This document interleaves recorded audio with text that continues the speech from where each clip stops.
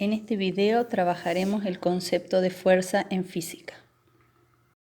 ¿Qué es una fuerza? Una fuerza es un agente físico o una magnitud física que es capaz de cambiar la forma de un objeto o su estado de movimiento, es decir, es capaz de frenarlo, de iniciar un movimiento, de cambiar una dirección o cualquier otro efecto que se haga sobre la forma o sobre el movimiento de un objeto. Al definir fuerza, dijimos que la fuerza es una magnitud. ¿Qué tipo de magnitud son las fuerzas? Las fuerzas son, por un lado, magnitudes derivadas, dado que necesitan de otras magnitudes para poder definirse, ya que toda fuerza genera una aceleración sobre un cuerpo. Eso significa que la fuerza va a depender de la masa del cuerpo y de la aceleración que éste obtenga. Y por otro lado, las fuerzas son magnitudes vectoriales. ¿Qué significa que sean magnitudes vectoriales? Que además de un número y una unidad, que se denomina habitualmente módulo o intensidad de una fuerza, toda fuerza tiene un sentido, una dirección y un punto de aplicación. Por ejemplo, cuando hablamos de sentido, no es lo mismo levantar una cartuchera que llevarla hacia abajo. Cuando hablamos de dirección, no es lo mismo mover hacia arriba que mover hacia el costado. Y cuando hablamos de punto de aplicación, no es lo mismo hacer fuerza sobre una cartuchera que hacer fuerza sobre una mesa. Al ser las fuerzas magnitudes vectoriales, se representan gráficamente a través de vectores que son matemáticamente segmentos orientados, es decir, tienen un largo determinado y se indica su sentido a través de una flechita. Los dibujos de los vectores se realizan a escala. Por ejemplo, si nosotros tenemos una escala de 2 centímetros 1 newton, significa que cada newton de la fuerza se va a representar dibujando 2 centímetros. Y si nosotros tenemos, por ejemplo, una escala de 1 centímetro 3 newton, significan que 3 centímetros de intensidad de una fuerza van a ser representados a través de 1 centímetro en el dibujo. Acá mostramos a través de un cuadro cómo hacemos para representar a escala. Podemos tener dos tipos de problemas. Uno de los problemas en donde a nosotros nos dan la intensidad de la fuerza y nos piden que dibujemos, y un segundo tipo de problema en donde a nosotros nos dan el dibujo y nos piden que demos la intensidad de la fuerza. En el primer problema, por ejemplo, nosotros tenemos dibujar una fuerza de 10 newton en una escala 1 centímetro 2 newton. ¿Qué significaría? Que cada dibujo, cada centímetro de nuestro dibujo representa 2 newton en la realidad.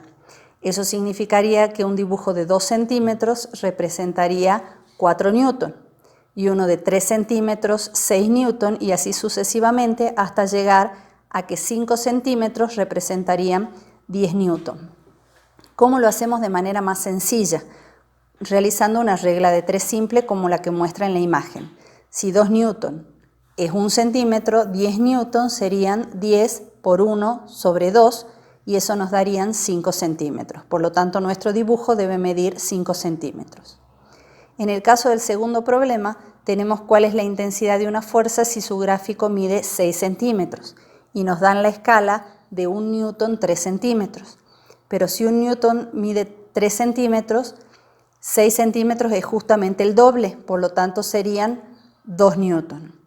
De la misma manera que en el ejercicio anterior, resolviendo una regla de 3 simple, nosotros podemos saber cuál sería la intensidad de esa fuerza. Si 3 centímetros es 1 newton, 6 centímetros sería 6 por 1 dividido 3 y 6 dividido 3 es de 2 newton. Por lo tanto, la intensidad de nuestra fuerza sería de 2 newton. Pero en la vida real, normalmente las fuerzas no actúan solas. Siempre tenemos más de una fuerza que actúa sobre un mismo objeto. Cuando nosotros tenemos varias fuerzas que actúan sobre un mismo objeto en forma simultánea, llamamos a ese conjunto de fuerzas sistema de fuerzas. Este esquema muestra a grandes rasgos la clasificación de los sistemas. Por un lado tenemos coplanares y no coplanares, a su vez las coplanares se dividen en colineales y no colineales, y las colineales se dividen en paralelas, concurrentes y no concurrentes. Ahora vamos a ver cada una de ellas a qué se refiere. La primera clasificación de los sistemas es en coplanares, que son aquellas fuerzas que se encuentran en el mismo plano, como por ejemplo cuando nosotros empujamos un auto, todas las fuerzas que hacemos las diferentes personas se aplican sobre el mismo plano que es la parte de atrás del auto. Y las fuerzas no coplanares son aquellas fuerzas que están en diferente plano.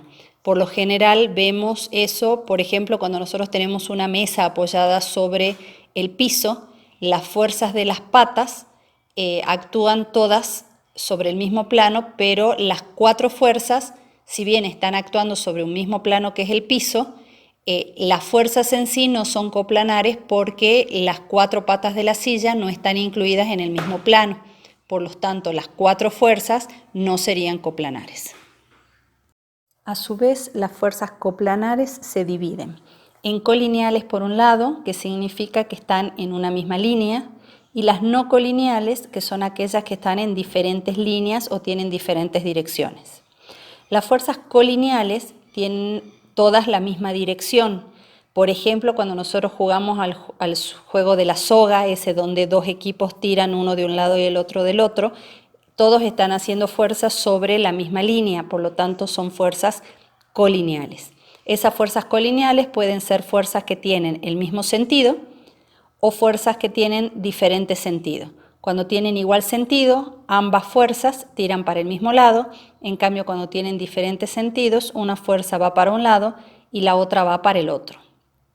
Y en el caso de las fuerzas no colineales, a su vez se subdividen en paralelas, que son las que tienen direcciones paralelas, por ejemplo, cuando 2 caballos tiran de un mismo carro o cuando 2 personas empujan una misma cosa en sentidos opuestos. Ahí tenemos fuerzas paralelas de igual sentido y fuerzas paralelas de diferente sentido. Otra clasificación de las no colineales es en concurrentes, cuando por ejemplo nosotros colgamos un cuadro y tenemos 2 alambritos que se sostienen del clavo. En ese caso, desde ese clavo salen 2 fuerzas para los 2 costados del cuadro. Y las no concurrentes, que son aquellas que no solo tienen direcciones diferentes, sino que tienen diferentes puntos de aplicación. Cuando nosotros tenemos un sistema de fuerzas, es posible encontrar siempre una única fuerza que represente todo el sistema. A esa única fuerza que representa todo el sistema se le da el nombre de resultante del sistema. Y todo sistema también tiene una fuerza que equilibra o contrarresta los efectos del sistema. A esa fuerza que contrarresta o anula los efectos del sistema recibe el nombre de equilibrante y no es otra cosa que la fuerza opuesta a la resultante, es decir, tiene la misma dirección que la resultante, pero sentido contrario. Y así daríamos por finalizado el video de los conceptos básicos sobre fuerza.